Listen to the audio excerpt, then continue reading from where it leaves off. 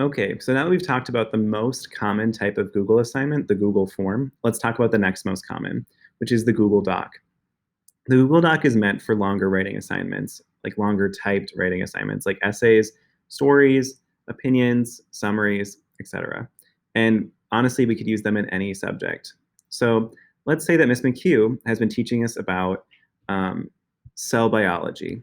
And she wants us to write a summary of some articles we've read. So I'm going to go into my science class. I go to classwork.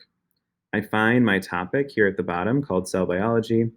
I hit view assignment, and I'm brought to this assignment page where it has the instructions, which we absolutely have to read every time. So in this assignment, it's a little bit more complicated because we're going to be reading some things and then writing a paper. So it says complete the following readings. So I do these first. I maybe take notes as I'm doing it. Next, I use what I learned from the readings to write a summary of the readings. Also, I need to make sure and include a list of the different organelles with their functions. So that's two different parts that I need to make sure I put in my assignment. And then lastly, it says it's due Friday, but I can send her rough drafts throughout the entire week. So if I didn't read the instructions, I wouldn't even know that I could just send stuff to Miss McHugh and she would look over it and leave me comments. So reading all of the instructions is really important.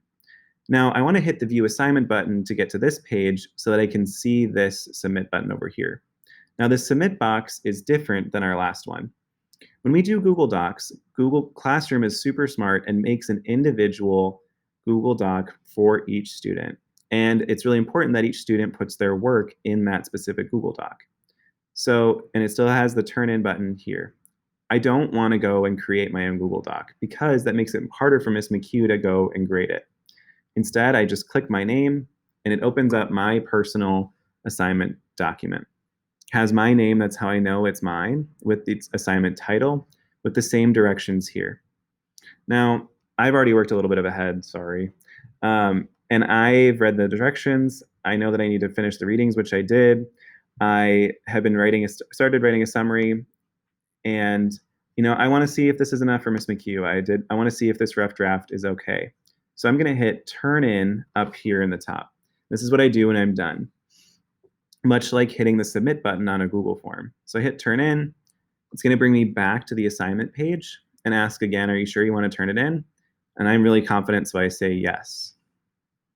This button over here turns to Unsubmit, and I can still click on this. However, if I want to change my answers after Miss McHugh leaves me comments, I need to hit the Unsubmit button, which will tell her I'm going to keep working, and then I can keep editing my Google Doc.